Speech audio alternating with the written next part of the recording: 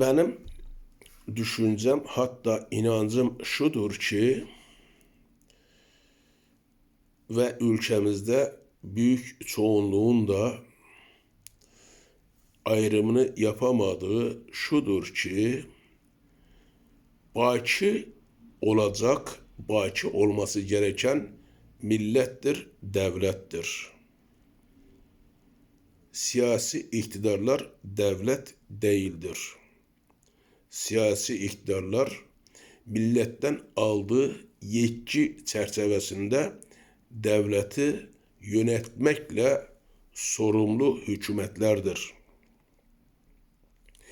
Devlet, ülkenin tamamının devleti olduğunu ülkenin tamamına hissettirmelidir.